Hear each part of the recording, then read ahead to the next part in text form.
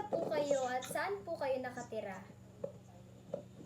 Ako po ay 38 gulang at ako'y nakatira sa Bagusilang, Caloocan City. Kayo po ba ay kasalukuyang Overseas Filipino Worker or OFW o dating OFW na ngayon ay nakauwi na ng Pilipinas? Ako ay kasalukuyang OFW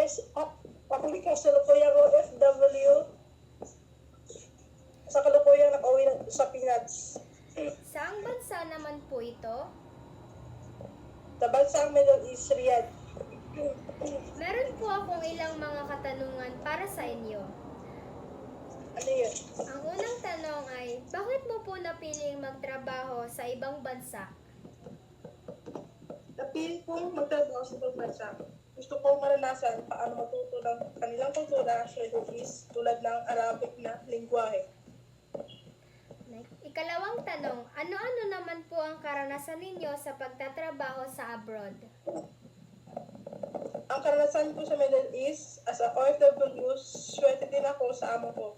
Mabait sila, hindi madamot sa pagkain, kapagluto ko ng Filipino food, at magaan ang trabaho. Wala akong alagang bata at mag-asawa lang yung amo ko. Parang itong may trabaho sa araw, sulo ko yung bahay. Di ko naranasan ang naranasan ng iba. Hindi maganda pagtrato, gaya ng tulad sa pagkain, pahinga, trabaho palabaw, swerte pa rin ako sa amo ko. Bigay nila ang pangailangan ko. Bigay nila yung pangailangan ko sa pangatawan.